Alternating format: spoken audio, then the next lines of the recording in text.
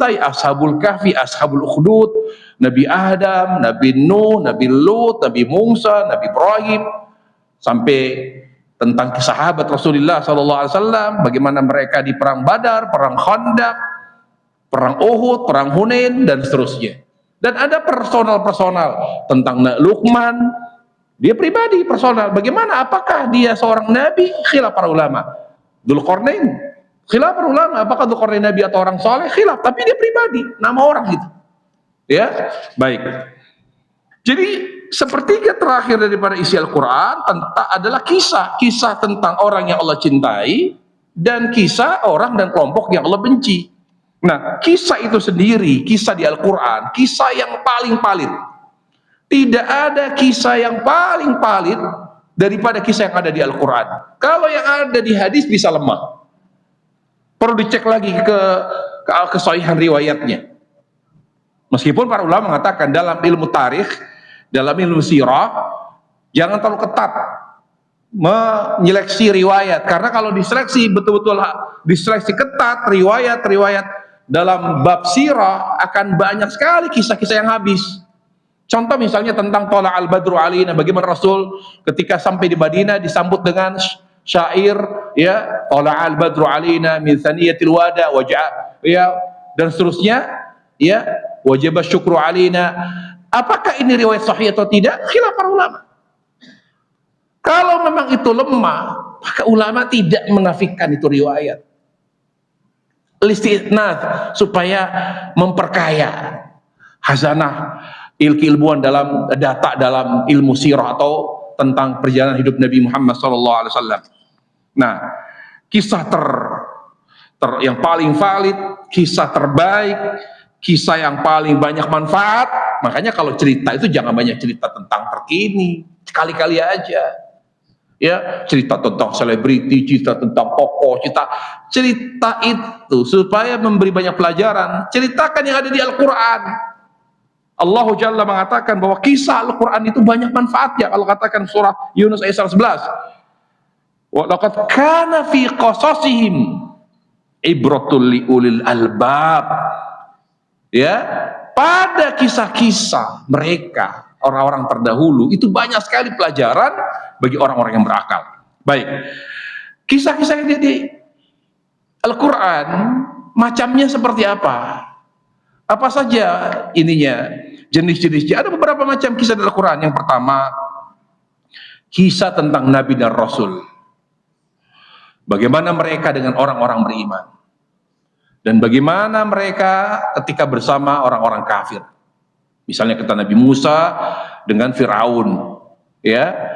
Yang kedua, kisah tentang personal, tadi Luqman, tentang Maryam, ya.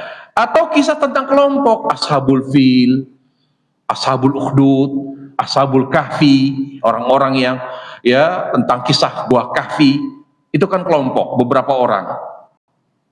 Kemudian kisah tentang kaum atau kejadian yang terjadi di zaman Nabi SAW. Bagaimana Allah bercerita tentang perang Badar, perang Uhud, perang Ahzab atau Khandaq, tentang Bani Quraidah, Bani Nadir. Bagaimana Allah bercerita tentang Zaid bin Harithah yang dijodohkan oleh Rasul dengan Zainab. Lalu Zainab karena dia merasa dia kastanya lebih tinggi daripada Zaid itu budak. Dia merasa kastanya lebih tinggi dan dia tidak bahagia karena menikah berumah tangga dengan orang yang kastanya lebih rendah, dan ini jahiliyah.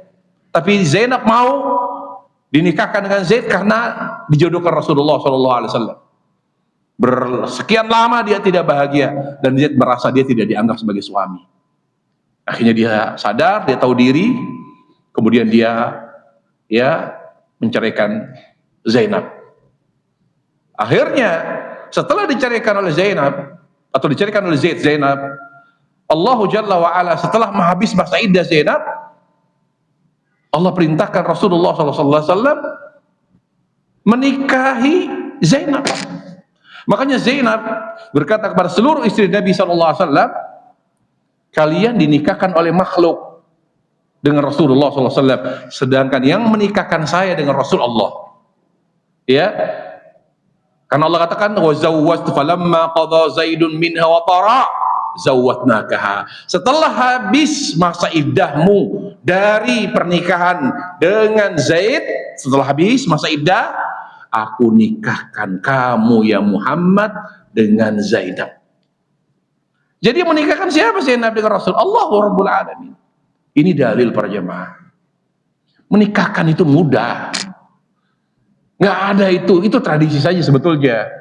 Kalau misalnya ada jeda, saya terima nikahnya fulan binti fulan dengan mas kawin, sah nggak sah, ada jeda, diulangi lagi. Itu tradisi itu. Nggak ada ketentuan syar'i. Kalau ada jeda, ada gugup sedikit, siapa sih yang nggak gugup? Mau ustadz pun, kiai pun, kalau nikah lagi tetap gugup juga lah. Kalau nggak gugup berarti ada sesuatu yang udah biasa berarti, ya.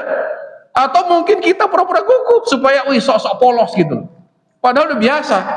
Tapi rata-rata, walaupun udah berkali-kali nikah, tetap aja digugup gitu. Karena dengan wanita yang baru, beda kalau akad lagi sama mantan istri, ya mungkin ya dia lagi gitu. Mungkin. Tetap kalau ada jeda atau agak gugup sedikit, ada salah dikit, sebetulnya secara syar'i nggak perlu diulangi, mudah. Saya nikahkan kamu.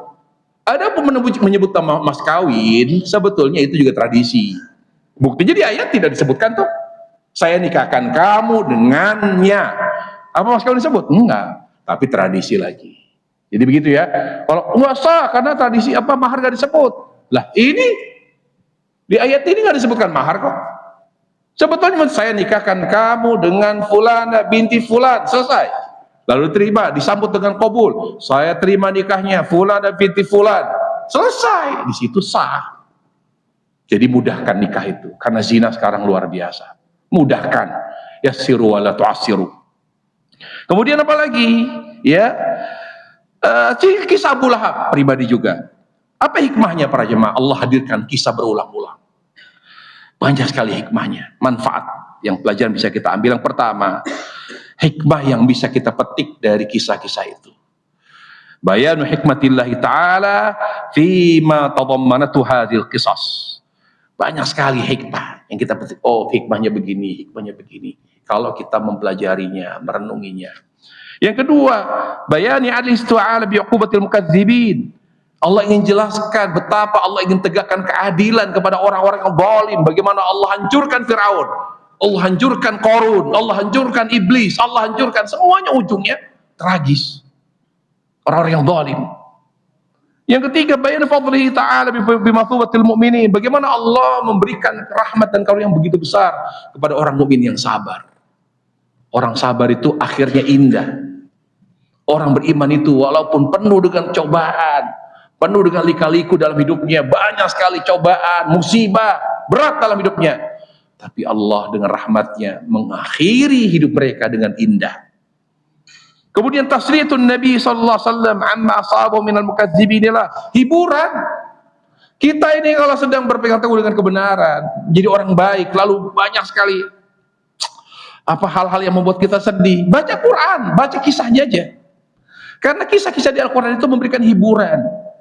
Memberikan hiburan, ya, kepada siapa? Kepada kita. Misalnya kita dihina, nggak ada apa-apa aja dihina. Ada seorang nabi bahkan dibelah tubuhnya. Bayangkan, dibunuh, dibelah tubuhnya menjadi dua. Mana yang lebih menderita daripada kita? Nabi itu, nabi tersebut para jemaah. Coba baca bagaimana cobaan-cobaan yang dilalui orang-orang terdahulu, para nabi, para rasul, sahabat Rasulullah, membuat kita merasa, aduh, saya nggak ada apa-apanya ini. Baru segini ujian saya, ya, dari istri yang durhaka. Lah ini Nabi Nuh istrinya kafir. Nabi Lut istrinya kafir. Kita masih durhaka, belum kafir, belum murtad. Alhamdulillah. Jadi bandingkan dengan musibah yang mereka lewati, membuat kita jadi merasa tidak berat ujian yang saya sedang alami sekarang. Lebih terhibur para jemaah. Kemudian apa? Targhibul mu'minin fil iman bi tsabatil. Memberi motivasi agar kita lebih konsisten, lebih teguh dalam berpegang teguh dengan kebenaran, lebih istiqomah. Karena istiqomah itu indah, akhirnya baik. Ya, Gak ada sesuatu yang instan dalam hidup ini. Semua butuh proses. Ya. Kemudian apa lagi? Tahdzirul kafir min istimrar fi kufrihim. Hati-hati orang yang ngeyel dengan kufuran. Allah ingatkan, sudah bisa dilihat dari orang-orang terdahulu bagaimana mereka yang ngotot, ngeyel, bersikeras, bertahan dengan kufuran dan maksiat mereka, durhaka mereka, ujungnya adalah kehancuran.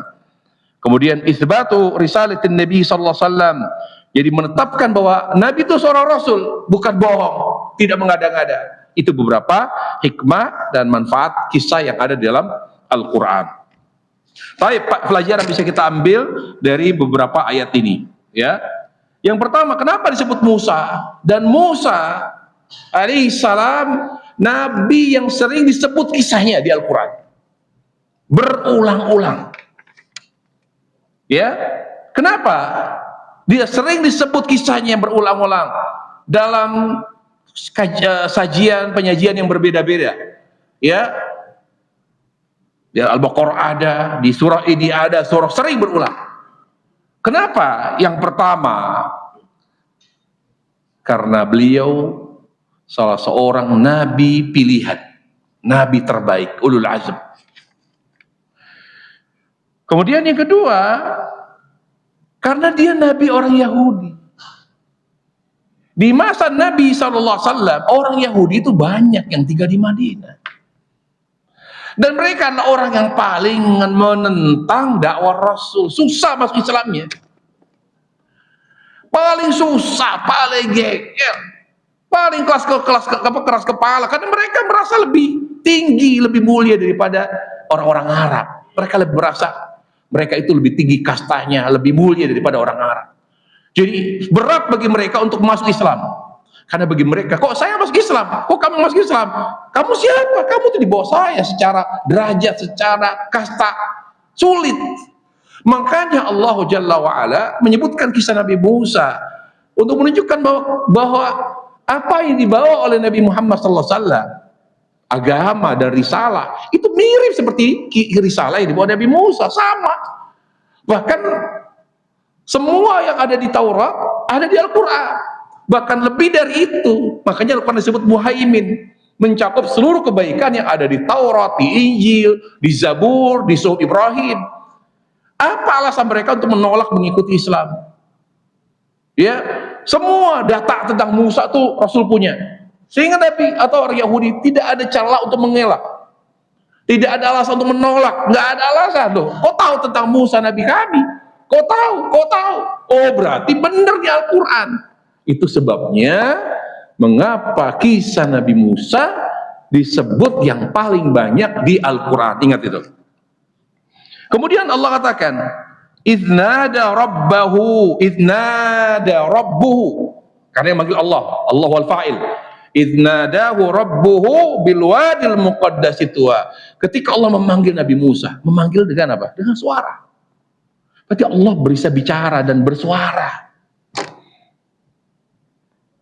Apakah Rasul pernah diajak bicara dengan Allah? Pernah. Di mana? Di Sidratul Muntaha. Ketika beliau masih hidup, ketika beliau Isra dan Mi'raj. Sampai di sana ketika memberi wahyu, di situ Allah bicara dengan Rasulullah, tapi tidak di bumi.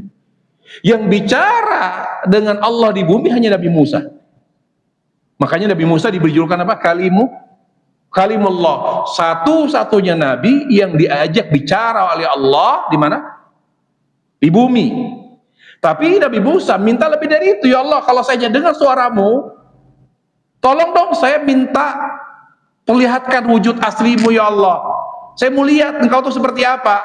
Kata Allah, lan tarani. Kamu tidak bisa melihatku. Allah menafikan penglihatan kepada beliau, kepadanya, bukan karena tidak bisa dilihat. Maksudnya lan tarani fid dunya. Kamu tidak bisa melihatku di dunia. Kenapa? Karena sudah beda. Tidak bersenyawa, karena dunia hina, Allah maha mulia. Makanya ketika Nabi Musa ngotot, minta, ya Allah tunjukkan ya Allah, tunjukkan supaya aku lebih beriman, bukan ragu.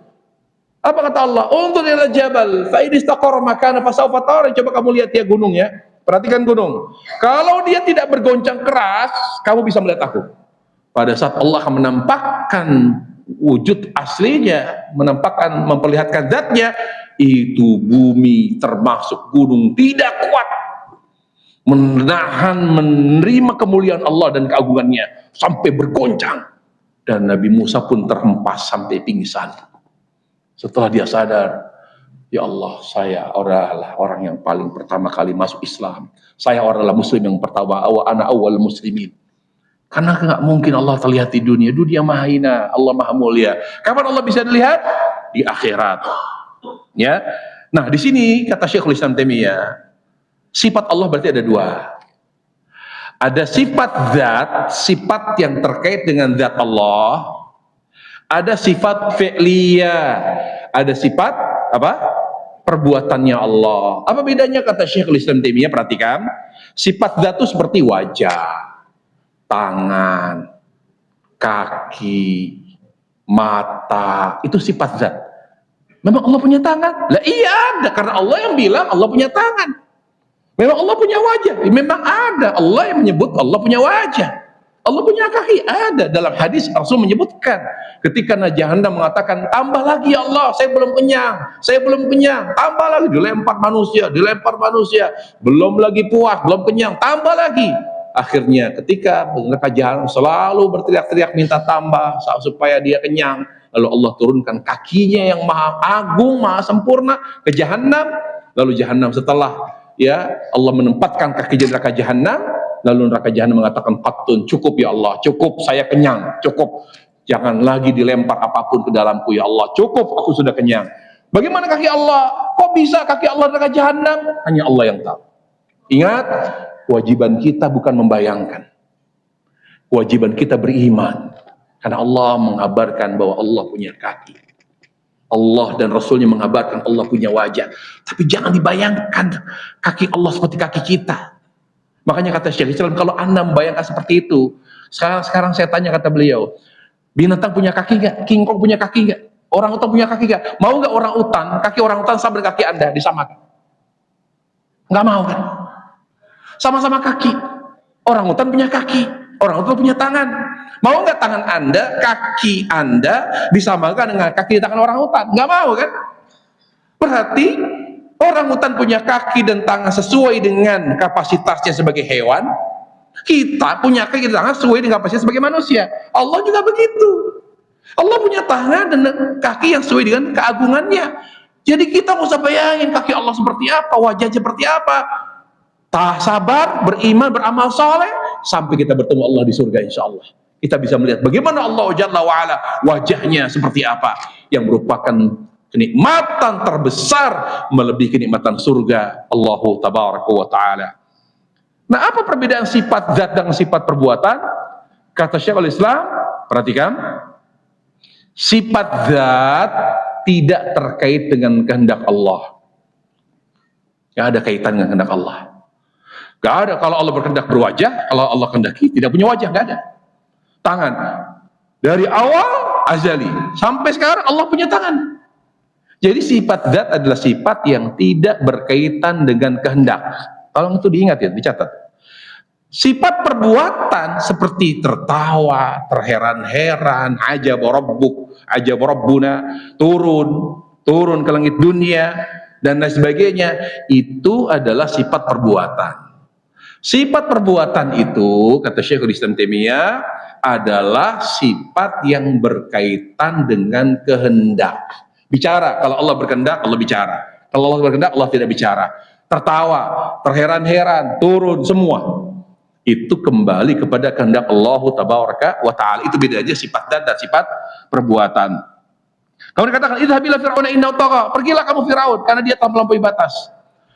Melampaui batas itu batasannya tuntunan Nabi SAW.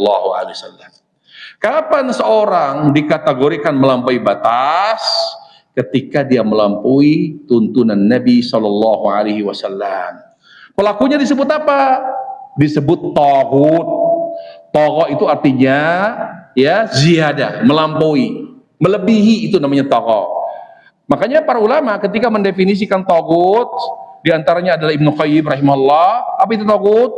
Taghut itu kata beliau, kullu ma tazawajal abdu bil ma'budat wal muta'at wal matbu'at wa huwa radin anha, yaitu setiap orang yang diperlakukan secara berlebihan, siapapun yang diperlakukan secara berlebihan, ini tagut, perhatikan.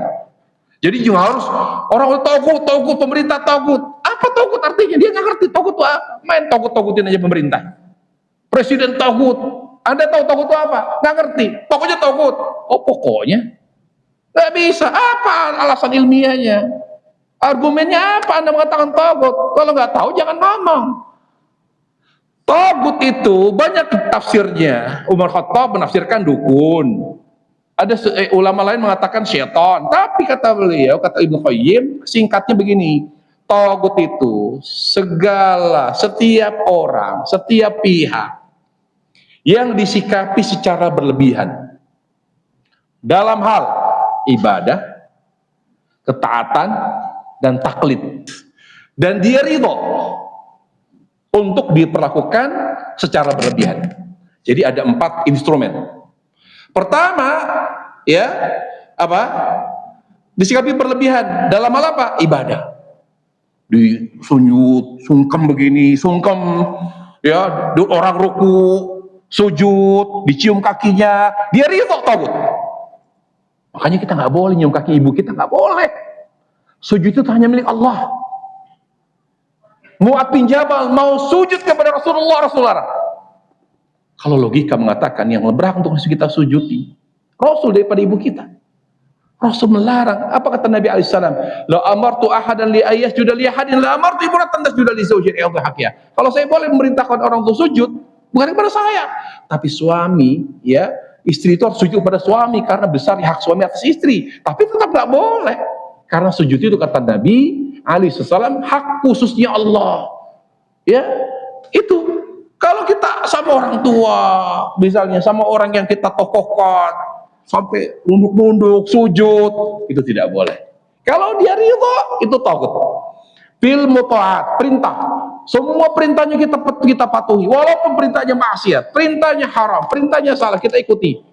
Dan dia memang sengaja, memang perintahnya itu salah, memang dia itu perintah dia, itu tagut. Yang ketiga, taklid, mengikuti. Nggak ada perintah, tapi pokoknya guru saya mau salah mau benar saya ikuti. Ketika kita mengikuti guru kita, walaupun salah, tidak ada perintah, sikap berlebihan, dan si guru kita ridho, maka dia apa? Tagut. Apakah Isa tagut? Tidak, karena Isa tidak ridho disembah selain Allah. Apakah dewa atau malaikat itu tagut? Nah, karena malaikat tidak ridho disembah selain Allah Jalla wa Ala. Rasulullah SAW, apakah dia tagut? Bukan, karena dia tidak ridho disembah selain Allah. Jadi syaratnya dikatakan tagut yang disembah selain Allah, yang diikuti perintahnya walaupun salah secara mutlak, dan diikuti semua apa yang berasal dari dia walaupun salah, dan dia ridho untuk diperlakukan seperti itu, dia tagut. Itu definisi tagut. Tinggal kita kembalikan semua yang ada di sini kepada definisi ini, ya. Seperti itu. Kemudian yang terakhir, fahallaka ila antazakka. Artinya kita ini kalau kembali ke Allah, kembali ke agama Islam, harusnya mensucikan. Bukan sekedar tren-trenan atau hijrah-hijrahan, penampilan syar'i. Kembalilah kepada Islam sesuai dengan sunnah, sesuai dengan tuntunan, karena dia yang membersihkan hati. Faqul hal laki lan tazakka. Maukah kamu aku tuntun kepada yang membersihkan hatimu? Jadi apa agama yang seperti apa yang membersihkan hati? Hijrah yang seperti apa? Hijrah ke sunnah Nabi, hijrah kepada tauhid, hijrah kepada tuntunan Nabi SAW. Itu disebut hijrah, kembali ke Allah, yang akhirnya membersihkan hati. Kalau hati sudah bersih, maka yang lahir apa? Yang lahir adalah amal soleh. Jadi kita jangan bicara taubat, jangan bicara hijrah, kecuali yang membersihkan hati. Yang membersihkan hati adalah hijrah dan kembali kepada sunnah, kembali kepada agama yang murni, yang sesuai dengan petunjuk Rasul dan sahabat ridwanullah alaihim jami'a.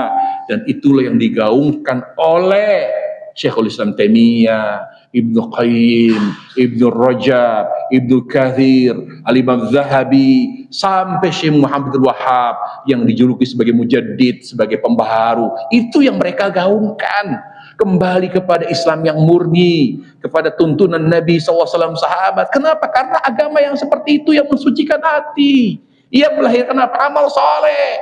Lihat sekarang tokoh-tokoh lagi viral sekarang, kiai ustadz mensodomi, kiai mencabuli santriwati. Kenapa? Hatinya kotor.